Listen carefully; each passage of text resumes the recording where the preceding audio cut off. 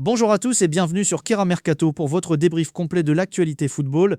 Une semaine absolument folle sur la planète foot que nous allons décortiquer ensemble. Au programme aujourd'hui, le Mercato qui s'enflamme avec une offre XL et totalement inattendue du Real Madrid pour un défenseur français d'Arsenal. Les premiers pas très attendus d'une recrue phare au Paris Saint-Germain et nous plongerons au cœur du drame absolu vécu par Neymar au Brésil, une déroute historique qui a laissé la star en larmes. Nous parlerons aussi des coups de gueule des entraîneurs, des ambitions démesurées d'un jeune prodige et des transferts qui se concrétisent.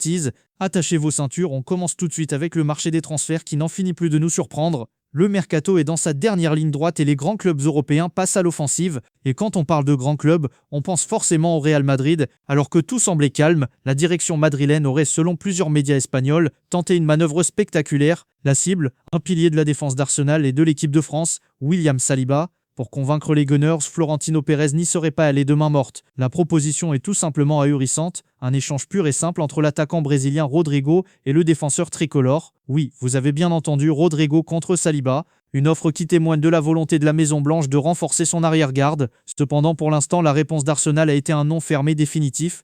Mikel Arteta considère Saliba comme intransférable, un pilier de son projet.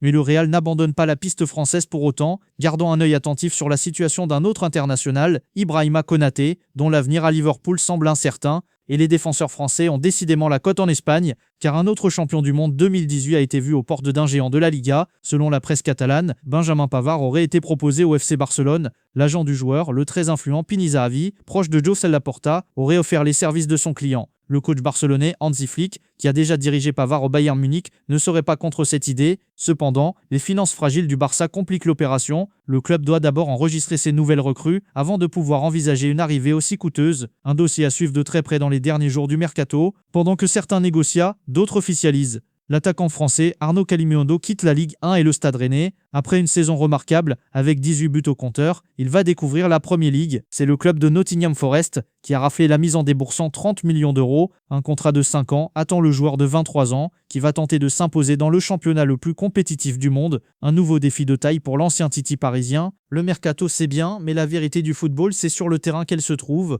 Et justement au Paris Saint-Germain, on a déjà pu voir à l'œuvre l'une des nouvelles recrues estivales, Ilia Zabarny, arrivé de Bournemouth pour plus de 60 millions d'euros. Le défenseur ukrainien était très attendu. Aligné d'entrée par Luis Enrique face à Nantes, il a vécu une première plutôt tranquille, conclue par une victoire 1-0. Avec 95% de passes réussies et des duels au sol tous remportés, il a montré une belle sérénité. Son coach Luis Enrique s'est dit très satisfait de sa performance et de celle des autres recrues, affirmant qu'ils allaient beaucoup apporter. Le joueur lui-même a déclaré avoir pris beaucoup de plaisir dans une équipe qui aime avoir la possession. Des débuts prometteurs pour celui qui est annoncé comme le successeur de Marquinhos. De l'autre côté des Pyrénées, à Barcelone, ce n'est pas une recrue mais bien un prodige maison qui illumine ce début de saison, Lamine Yamal. Pour la première journée de Liga face à Majorque, le jeune homme de 18 ans a été éblouissant. Passeur décisif sur le premier but, il a ensuite inscrit un véritable golazo pour clore le spectacle. Mais au-delà de sa performance, c'est son ambition qui frappe les esprits. Selon le journal Mundo Deportivo, Yamal veut tout simplement devenir le roi du football, le LeBron James de son sport. Sa célébration mimant une couronne sur sa tête est un clin d'œil direct à la star de la NBA,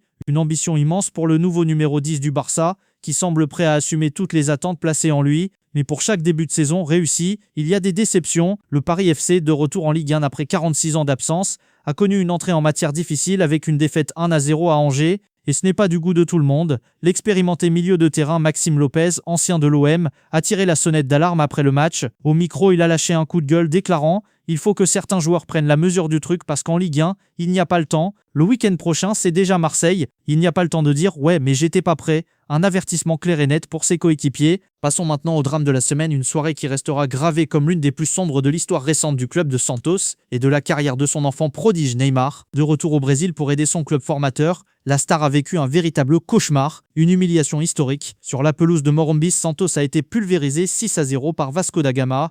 Un naufrage collectif dont Neymar a été le témoin impuissant. Jamais dans toute sa carrière, que ce soit au Barça, au PSG ou avec la Séleção, Neymar n'avait connu une défaite aussi lourde. Pour couronner le tout, il a reçu un carton jaune qui le suspend pour le prochain match. Au coup de sifflet final, l'ancien Parisien dévasté a fondu en larmes. Ses mots après le match sont d'une rare violence. C'est un sentiment de grande honte. Je n'ai jamais rien vécu de tel de ma vie. J'ai pleuré de colère. Bref, c'était la merde, c'est la réalité. Une débâcle qui a eu des conséquences immédiates. L'entraîneur Kléber Xavier a été limogé quelques minutes après la rencontre. Pour Santos qui flirte avec la zone de relégation, et pour Neymar qui était censé être le sauveur, cette claque est terrible. Les soirées difficiles ne se limitent pas au Brésil. En Angleterre, Manchester United a débuté sa saison par une défaite 1-0 à domicile contre Arsenal, et l'entraîneur Ruben Amorim a crié au scandale, pestant contre l'arbitrage et réclamant une faute sur le but des Gunners. Une frustration palpable pour des Red Devils qui n'arrivent pas à lancer leur saison. En France aussi, les tensions apparaissent. À Nantes, le cas Mathis Ablin fait couler beaucoup d'encre. Laissé sur le banc pour le choc face au PSG, l'attaquant, courtisé sur le marché des transferts, a vu son entraîneur Luis Castro tenir un discours pour le moins ambigu. D'abord, le coach a laissé entendre qu'il préparait un éventuel départ du joueur. Puis, quelques minutes plus tard, il a affirmé que c'était un choix sportif lié à un retour de blessure. Une communication qui sème le doute et alimente la polémique autour de l'avenir du buteur nantais. Et même dans la victoire, la pression est immense. Au Barça, malgré un succès 3-0 contre Majorque, le coach Hansi Flick a mis un énorme coup de pression à son vestiaire. Selon le journal Sport, l'Allemand n'a pas du tout apprécié le relâchement de ses joueurs